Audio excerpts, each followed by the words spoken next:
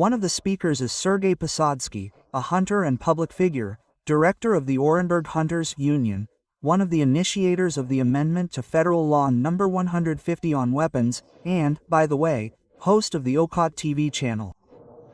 And along with him is Sergei. Please introduce me. Alexei Pavlovich Crystal, a lawyer for our regional public organization, the Orenburg Hunters Union.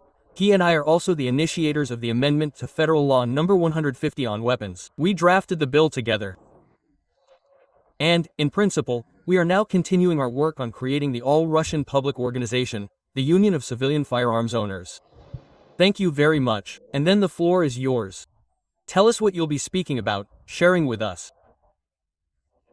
We'll be happy to listen. Hello again. So, I'd like to start by asking a rhetorical question. Dear civilian gun owners, did you know that you can lose your gun at any time for offenses that have nothing to do with your gun? For example, you might lose your passport twice, and within a year, you might lose your gun. Or you might get into a minor accident in a parking lot, and then you might not notice another car, drive away, lose your gun, sell your gun, and risk never buying one again. We've been working on this issue for probably 5 years now. We started with the regional organization, the Orenburg Hunters Union. We've been able to make significant changes in our region, which gives us confidence that a public organization is a powerful force and has great potential, where society decides how we hunt and how we live. About 4 years ago, a hunter from the Orenburg region contacted us. Oh, no, not 4 years, 2 years ago, whose gun ownership rights had been revoked for failing to pay a speeding fine on time, which was captured on camera. He didn't receive this fine, he didn't know about it, so he couldn't pay it. 60 days later, a trial took place, and he was convicted under Article 205. Afterward, the Russian National Guard called him and told him to surrender his weapons. We took on this work and lost 2 cases. But then we consolidated a large number of civilian gun owners thanks to my channel, OCOT TV, where, at our initiative, we prepared an appeal to the President of the Russian Federation, Vladimir Vladimirovich Putin, for a major press conference.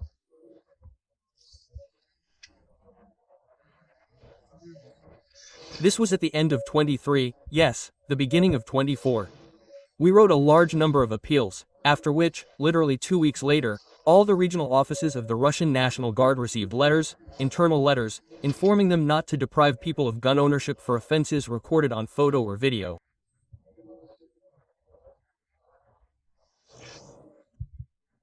After that, we were inundated with suggestions from other civilian gun owners, who began pointing us to other, problematic, articles of the federal weapons law. Specifically, the first people to contact us were those with previous convictions, some 15, some 20, some 30 years ago, who owned guns, but under the new law, they no longer have the right to acquire new weapons. This means they remain owners of the old guns, but they are no longer allowed to acquire new ones. We did a lot of work and found a compelling argument. We reached out to the scientific community, conducted expert assessments with psychologists, biologists, and lawyers, and held a scientific roundtable where all these researchers spoke and delivered their opinions. Following this, a draft law was prepared, which we are still circulating among legislators, hoping to finally attract attention and amend it. The work continues, but we ultimately concluded that, as a regional organization, we have, in principle, long since moved on. We need a nationwide public organization where civilian gun owners will decide which articles are problematic, what needs to be done, how to change them, and, accordingly, strive to finally be heard, because today no one is protecting the rights of civilian gun owners.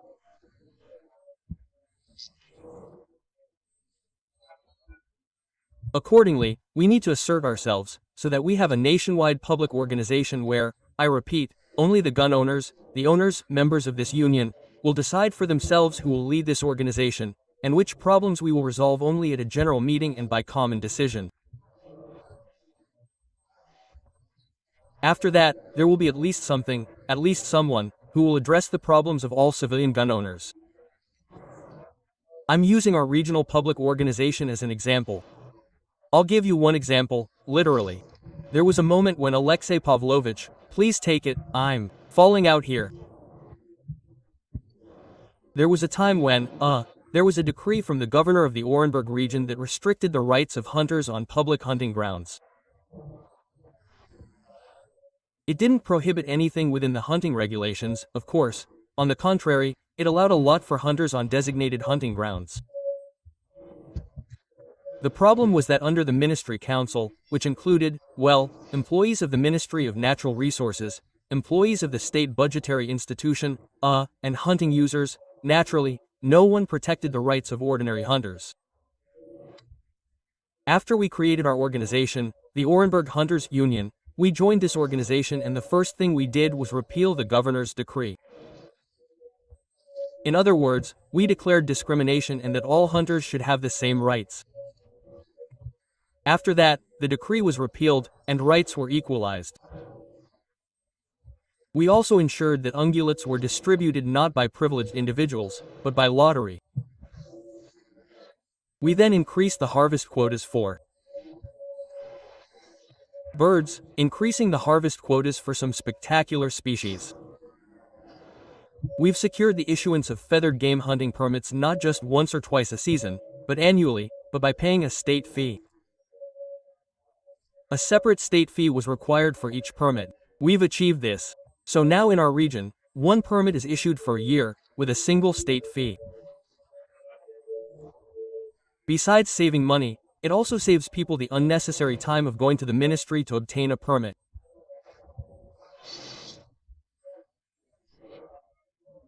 All this gives us the right to believe that a public organization, a public association, is a powerful force that can protect the rights of everyone.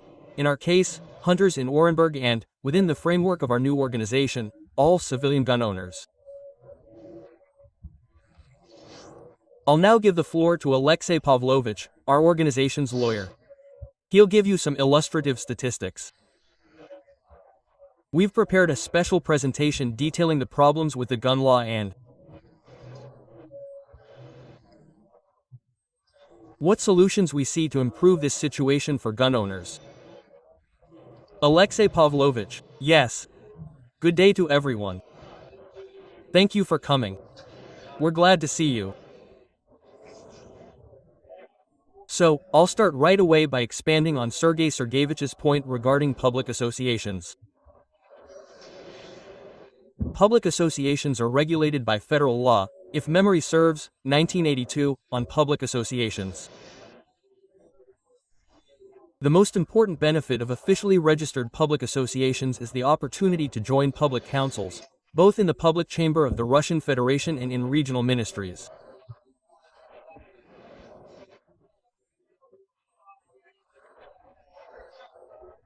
Public chambers and public councils within ministries and government agencies are the only tool for ordinary citizens, ordinary hunters, and ordinary gun owners to influence the regulation of various issues related to weapons law.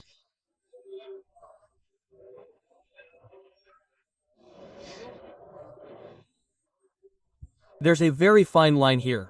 Regional ministries cannot directly amend the federal weapons law, but they can submit legislative initiatives to the State Duma of the Russian Federation. Issues of jurisdiction and weapons circulation fall directly within the jurisdiction of the Russian Federation. Accordingly, all decisions are made by our Supreme Council, so to speak. Currently, this is an interfaction working group, which includes the heads of the Russian National Guard, the heads of the Ministry of Internal Affairs, the heads of the FSB, and, I believe, State Duma Representative Vladislav Matusevich Reznik. There's also Yaroslav Evgenievich Nilov, who are promoting these legislative initiatives aimed at ordinary, law-abiding civilian gun owners.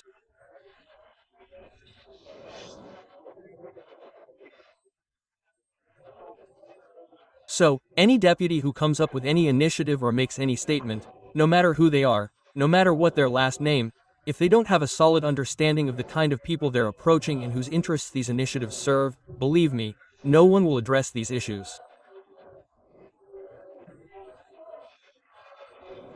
No one needs it. Therefore, until the hunting community, the gun owners, community, and professional, knowledgeable experts are on public councils and understand the intricacies of gun ownership on a large scale, our country will be in dire straits. And the more legislative initiatives there are, the more nuanced the law of use will become, which will affect the average civilian gun owner.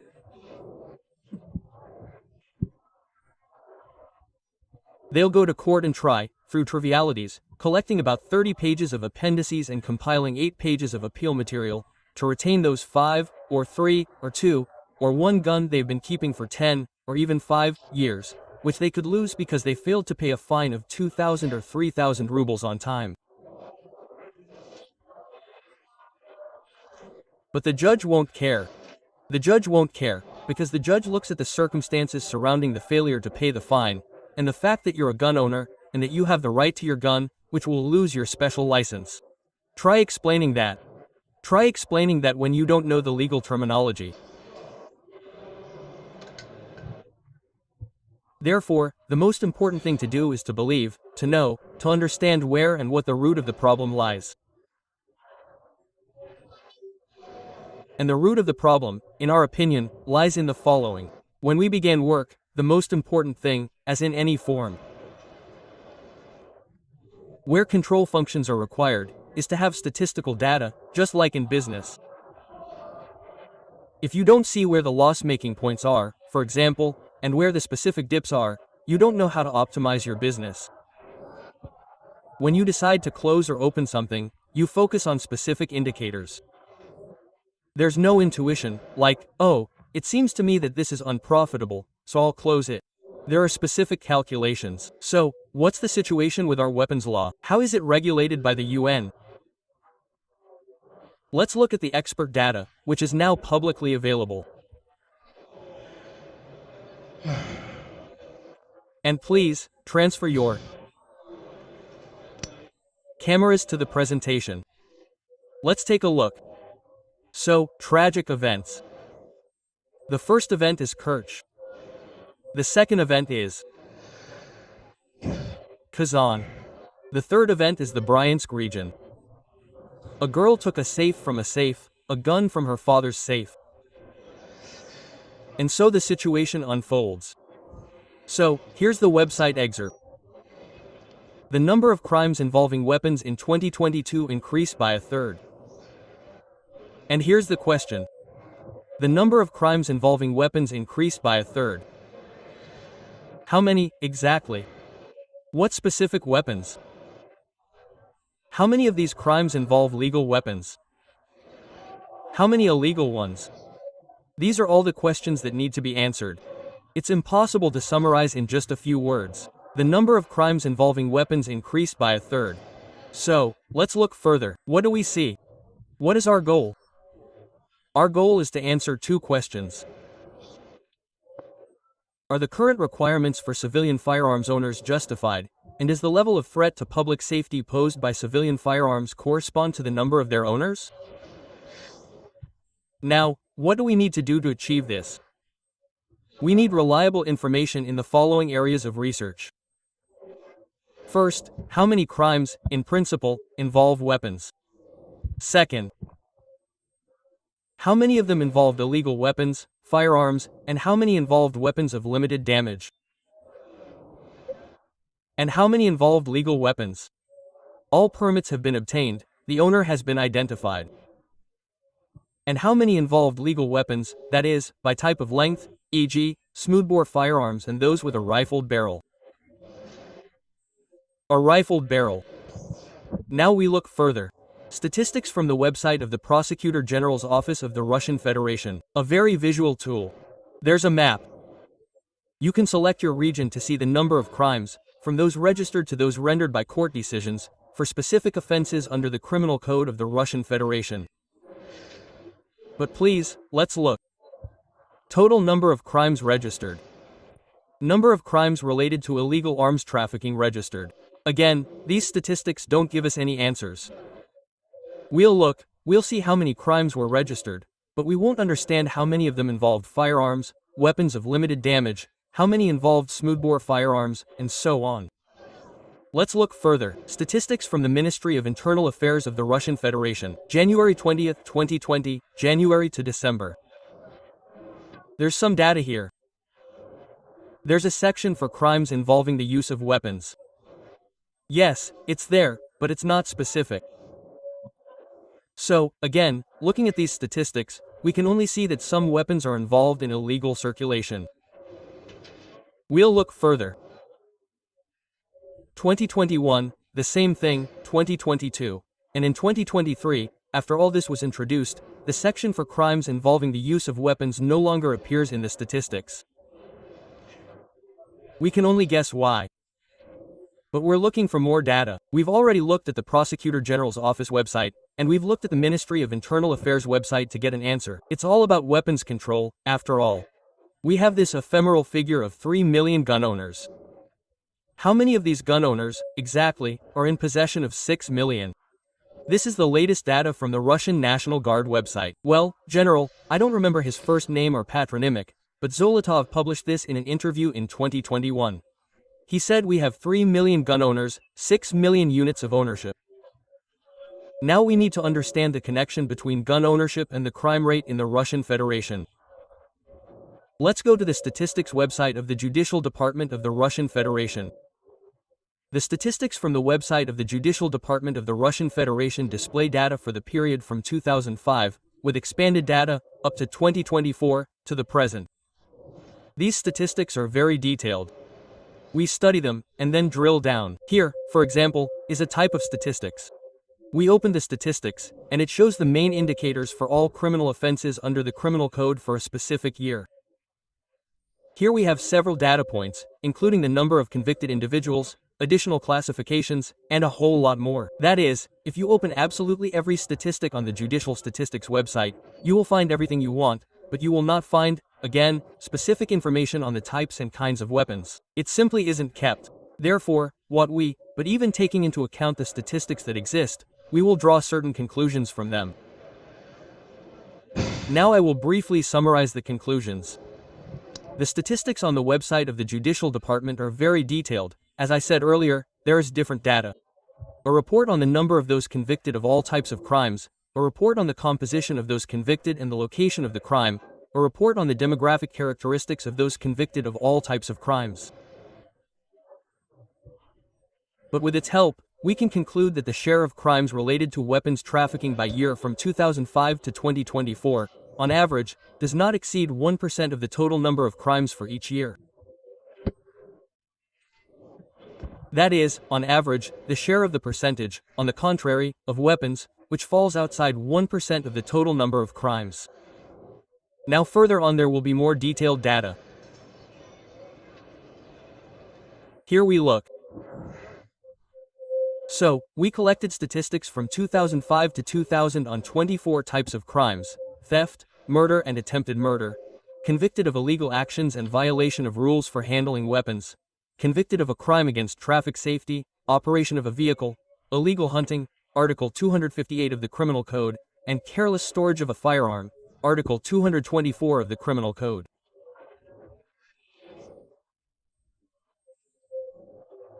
Careless storage of a firearm is the only article currently in the Criminal Code that even vaguely addresses civilian firearms, because it's related, to its very premise, the article, the very content of this article, precisely to careless storage. That is, most likely, the owner would violate the rules that entail criminal liability if, as a result of careless storage, a weapon became accessible to a criminal and the criminal used it to commit a crime. But, what data exactly? Let's look. Here's 2005. The total number of crimes in 2005 was 878,893. Nationwide, of these, theft accounted for 314,450. Crimes, murder and attempted murder accounted for 20,000 crimes. 9,500 for illegal weapons trafficking. I'm rounding up the figure for crimes against safety and traffic, 10,350. It would seem so, but there are more crimes related to road accidents, but there's a nuance here. We're still looking at it objectively. The number of people who drive cars outnumbers gun owners, 3 million. And the number of people who drive cars, well, according to some Russian agency, is around 50 million. Well, that's not the point. Let's look. Illegal hunting, Article 258, definitely covers civilian firearms. How many crimes do hunters commit there? In 2005, there were 252 crimes. And how many crimes does our article specifically cover the owner of a civilian firearm? Negligent storage. How many are there, given 34? Of the total crimes, 878,034 are definitely registered crimes involving civilian firearms. Okay, let's move on. You can later view this data in expanded form. Let's take a look.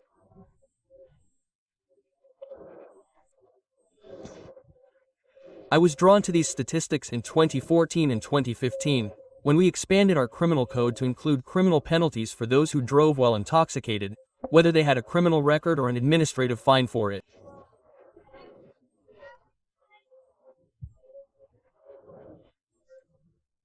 And so, the number of traffic accident crimes more or less increased from 10,000 to 28,290 in 2015. And in 2024, the number stands at 51.62. That is, crimes under these offenses related to traffic accidents. And how many weapons are involved? Well, how many weapons are involved in crimes under Articles 222 to 226? We're now looking at the overall comprehensive indicator. From 2014 to 2024, the number fell from 8,550 to 6,602. But the figures haven't fallen because fewer people own guns, per se, but because our conviction rates actually changed in 2014 from 719,000 crimes to 510,000. Let's now look at the overall statistics. The overall statistics from 1995 to 2024, the total number of convicted. In 1995, 1 million people were convicted, 35,807 people. That's 1 million convicted for all of Russia. Now let's look at the numbers. In 2024, the number of convicted was 510,000. And now the key point. From 1994 to 2002, the number of convicted people was higher compared to the years before the amendment to Federal Law No. 100/231, which amended Federal Law No. 150. But the legislation was more lenient.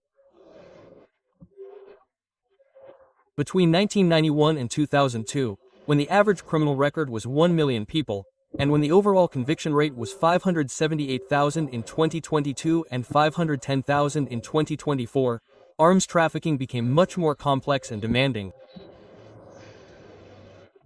Now, what's most interesting is the issue of criminal records.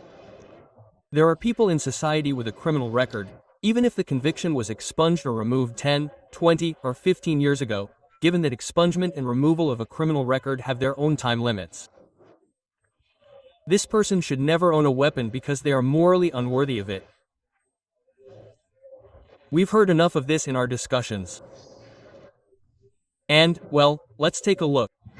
In 2005, the total number of crimes was 878,000 to 893,000. Of these, 244,890 were previously convicted, those who committed crimes with expunged or outstanding convictions. That is, this mass of 878,000 people, 200,000 to 44,000, is made up of individuals who had a criminal record and committed another conviction. Well, they committed another crime, pardon the tautology. Of those with no previous criminal record, these are those whose convictions have been expunged and spent, but who suddenly committed a crime again? 114,000 people. And those convicted for the first time are those who have never been prosecuted. 519,869 people. So, across the board, according to all the statistics, in 2024, out of 510,000 people, 186,000 committed crimes while having an unexpunged and unspent criminal record. 40,000 were committed by those with no criminal record, those who have expunged and spent convictions behind them. And 283,000 are those who committed a crime for the first time. That is, even taking into account the fact that we don't have more in-depth data on the number of crimes involving weapons, whether civilian or non-civilian, but even taking into account current statistics, we can conclude that individuals with expunged or expunged convictions are less likely to commit crimes than those who have never committed a crime, or those with an unexpunged or unexpunged conviction. What does this mean? If someone is a criminal and doesn't want to reform, nothing will. They will continue to violate laws. And so we build this system, so to speak, on the premise of fearing people who, in principle, have already served their punishment, but still carry some kind of stigma attached to them. Well, why then? Perhaps we should instead look at those who, in principle, don't own a weapon but want one, but who, in principle, have no criminal record. After all, according to our statistics, a greater number of crimes are committed by individuals who have never had a criminal record. Let's look objectively. Let's look further. Let's look at age. 14 to 29 years old, 3,049, 50 and older. All the data is available from 2003 to 2024. So, what should we do here? We need to understand that here are the crimes for all years 50 and older. Well, let's say, for example, in 2005, out of 878,000 people, crimes were committed by people aged 14 to 20 to 515,000. Crimes committed by people aged 30 to 49 to 308,000. And crimes committed by people 50 and older, 54,686. Again, we draw the following conclusion. Accordingly, people who belong to the older generation, who are already aware, commit fewer crimes. Here it is, open data.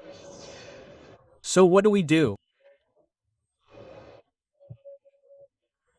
Currently, the people who are seeking our help are specifically convicted individuals, who were convicted under the 1990s, 2005, 2000, and 2010.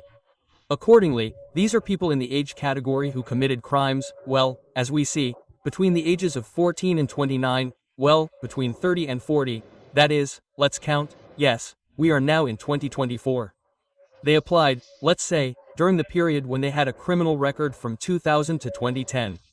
If they were then, well, in their 30s, then now they are approaching 50. What a shame.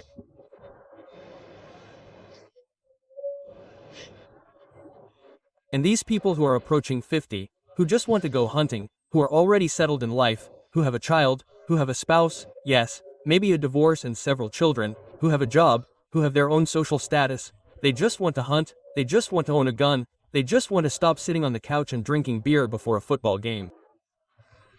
They want to go out, take a walk, build a Spitfire, a shelter, something else. They want active recreation. They want to spend time with their children hunting, and yet their guns are being taken away. And these are people who are already established in life, who have already walked their path in life, who have already made mistakes along the way. Look, you say, the number of guns used has increased by a third. Look at all the statistics. Well, look, then divide them into other categories. Point out that if a person is over 50 and is inclined to commit fewer crimes, the chance that they will not be given a gun is close to zero. If not zero. Next are the categories of crimes in which weapons may be involved. Here's the list. 105 murder, 107, 108, 109, 111, 112, 113, 114, 115, 118, 119, 162, 163, 209, 213, 214, 222-226, 258 illegal hunting and 258.1. What do we need for these categories of crimes? We need to understand the specifics of these categories of crimes. To understand, let's return to the first slide. In how many of them were illegal firearms involved? In how many were weapons of limited destruction involved? In how many were legal civilian weapons, classified as long-barreled firearms, involved? In how many were legal civilian weapons with rifled barrels involved? This is necessary not just because we want it. This is even necessary because, if we're moving toward systematization, we need precise numerical values. Regulating arms turnover based on intuition, whenever some sudden, mass tragic incident occurs, will always happen. Unfortunately, there will always be mass tragic incidents. We can't escape this. There's a fundamental thesis in life safety theory. Life is inherently dangerous.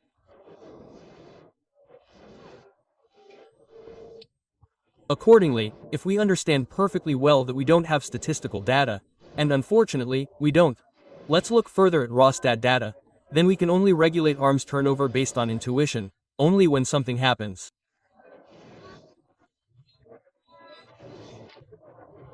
Because if nothing happened from 1994 to 2002 and arms turnover was liberal, then as soon as something happened, restrictions were tightened. But is that really what arms control is? When I look at all this, I ask myself, if I wanted to control arms turnover, what would be important to me? Some seasonal costs, for example, or, in general, long-term indicators. I still want to develop the industry.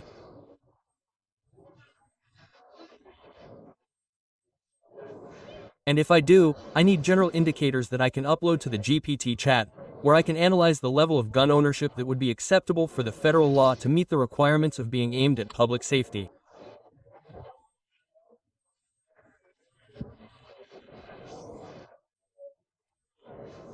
I need to clearly understand to what point, from 3 million to 10 million gun owners, I can, say, reduce this turnover by simplifying it so that there are no negative consequences for the criminal record at all.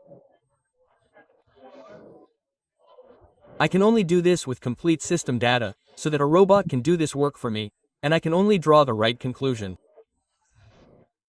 But until I have this data, I can only rely on behind-the-scenes talks and dialogues about how guns are fundamentally bad and no one can have better guns. And God forbid, something happens. But let's look at reality. Guns are permitted as such.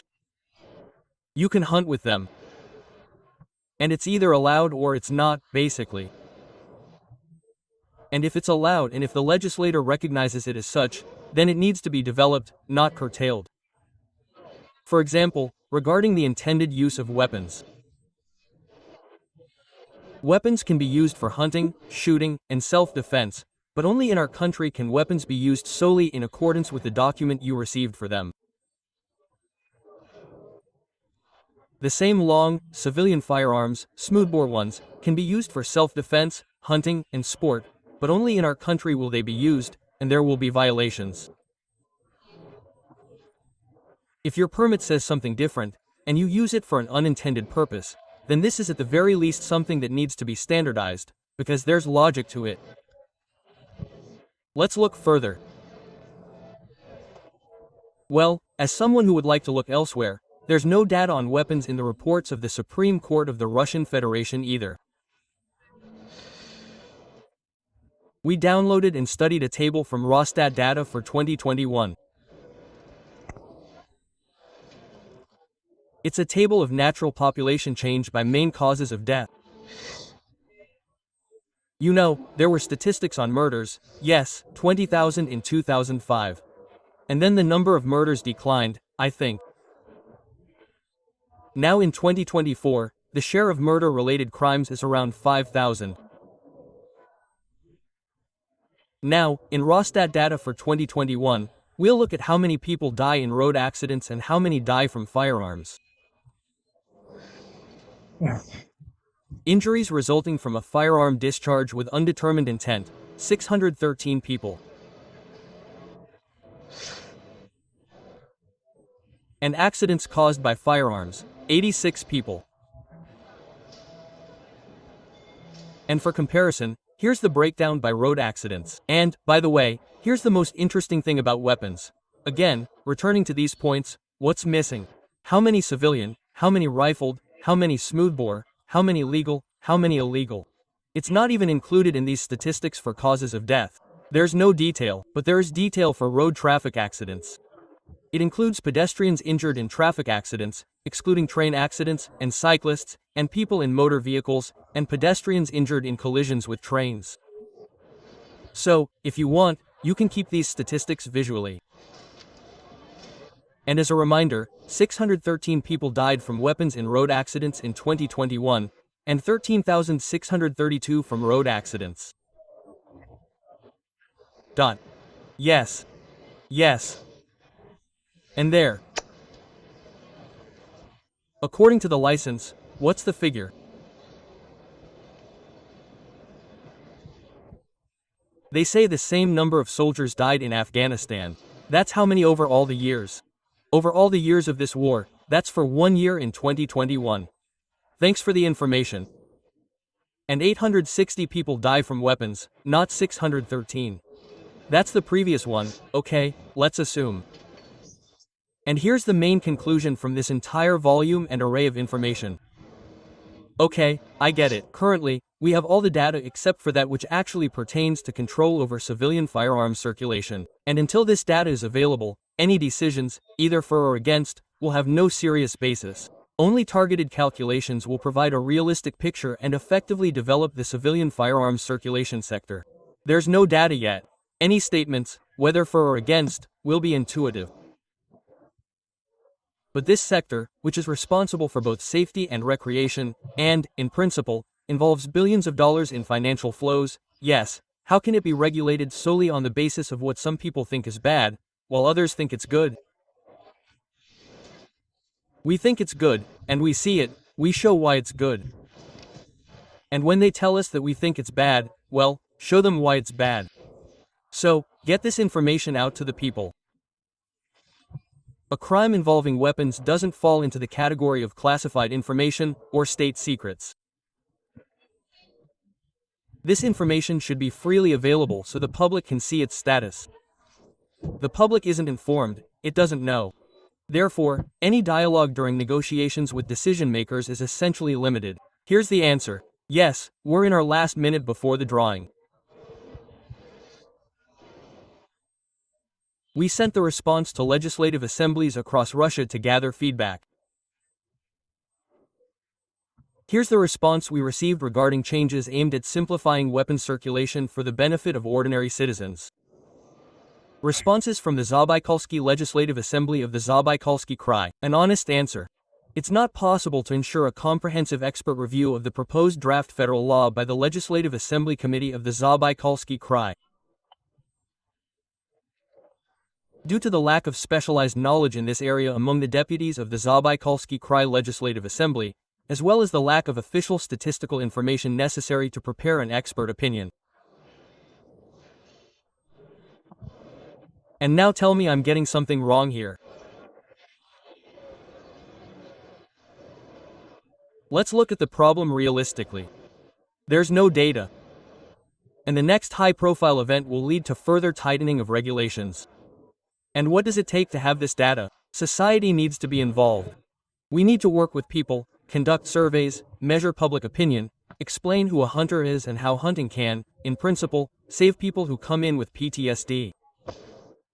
That only on a hunt can a person find peace, being at one with nature. We don't need to single these people out. Do you understand what I'm saying? They need to be given the opportunity to hunt peacefully, to wield a gun peacefully, otherwise it will lead to serious, irreversible consequences. Thank you for your attention. All the best. Dear civilian gun owners, everything we've told you about is based on the statistics we've been working on for about 2 years. And we're not talking about people with criminal records. The issue here is much deeper. The thing is, as I already said, we commissioned an assessment from psychologists and biologists.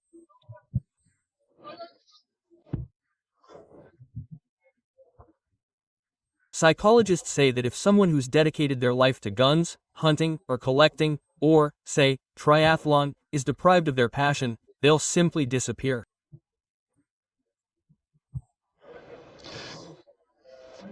What are the consequences? Essentially, they'll become irritable, their productivity will decline, and their loved ones and those around them will suffer. Accordingly, such a person, to some extent, will become even more dangerous to society than they were when they were pursuing their favorite hobby. The second point is about biology. It might seem that if there are fewer hunters, then there will be more animals. In fact, that's not true at all. The fewer hunters there are, the more the biosphere will suffer.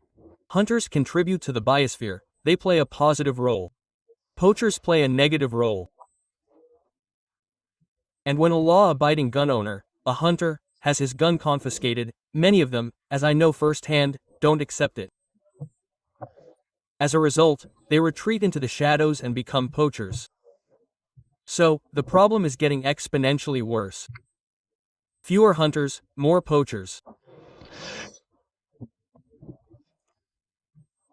And everything we've mentioned, these expert assessments, all the tests, gives you a sense that no tests were conducted, given the law's swift enforcement and the brutality of the law. Therefore, to defend our rights, we absolutely must unite in a public organization. Only a public organization can retain its rights. I'll say a little about a public organization. The fact is, a public organization can't have an owner. It can't belong to just one person. The founders who created it, even Alexei Pavlovich and I, who came here, are actively involved in creating this organization, but that doesn't mean it's ours. It will belong to every member of this organization. And at the general meeting will decide who will lead this organization, what tasks it will address, and so on. 5 years will pass, the general meeting will again elect a new leader, either keeping the current one or hiring a new one, and will again decide on the direction in which we should move. At the moment, we have already gathered the necessary number of members to register our organization. We have people in every region, but progress is still, frankly speaking, sluggish. Nevertheless, people who have already joined our union already have their own bitter experience. They have their own comments and an understanding of what needs to be changed. Therefore, now I will invite a member of our organization to tell us why they joined our organization and what exactly they are not satisfied with. Please. Hello. I am an ordinary member. Yes, my name is Alexander. I am from the Moscow region. So, I joined because I believe that the arms market, yes, the arms market, and the regulation of this market, is unfair, to say the least. So, much has been said here about hunting and hobbies, but weapons can also be used for self-defense. Everyone knows this too. And self-defense stems from the right to life. That is, every person has a constitutional right to life, which they have every right to defend with weapons in hand. And this is guaranteed by Article 37 of the Criminal Code, which does not limit the right to harm an attacker, that is, well, up to, roughly speaking, murder. But there have been cases, respectively, where the attacker was killed, and this was recognized as self-defense.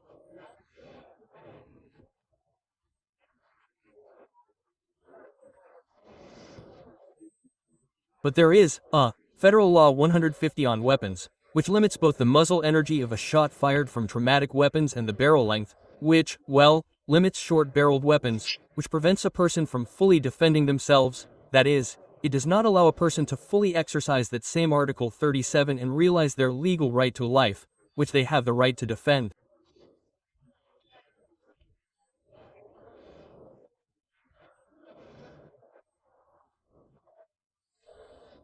This also follows from the UN Charter of Human Rights of 1948. That is, human life cannot be limited in any way.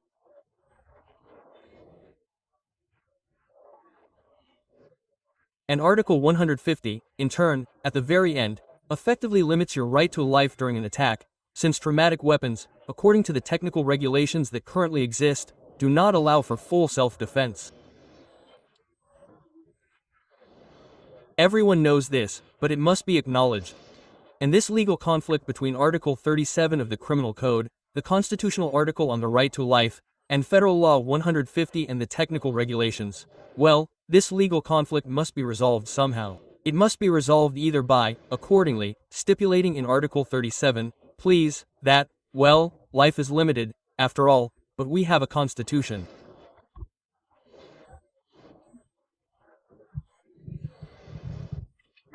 Either, accordingly, restrictions on either handguns or the use of handguns must be lifted, because only handguns allow for that notorious self-defense.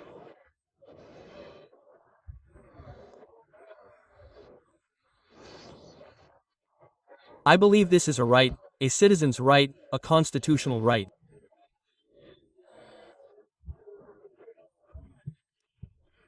The restrictions that have been introduced on handguns and the restrictions that are being introduced in accordance with Part 3 of Article 55 of the Constitution of the Russian Federation, which, in turn, allows for restrictions, but only in cases related to security.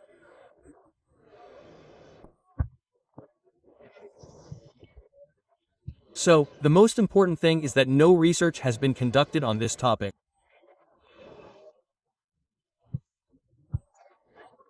Where is the correlation? The correlation between the presence of weapons, the increase in gun ownership, and the onset of those very negative consequences for social relations, for society? No one has proven this, yet for some reason these restrictions were introduced. Then all this must somehow be regulated legislatively, well, somehow balanced. Either you prove, please, that this is related to Article 55, or else the restriction has nothing to do with that article and is therefore unconstitutional. Well, that's all I have, guys.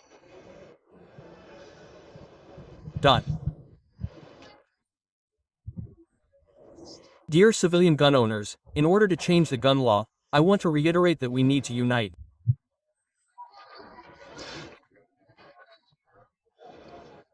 We're already working on uniting, as I said, but I'll leave some brochures at reception. Here's information about our movement and QR codes for our groups. You can also go online, search for Oko TV, and find the Okhotnichi channel. There you can also find all the work we're doing in this area. Once again, I'm leaving brochures at reception. The QR codes are here. Anyone who needs them can take them. Or simply follow the QR codes, join our groups, and express your position, what you want to change, what needs to be added. And then, together, we'll hold a meeting to understand what the gun community needs and what goals we need to achieve. Be sure to attend. Who knows, if you're an active, knowledgeable person, you might even end up leading this organization. We'll be happy to support you. Just come along and join our work. Well, if you have no questions, that's all I have to say. Thank you.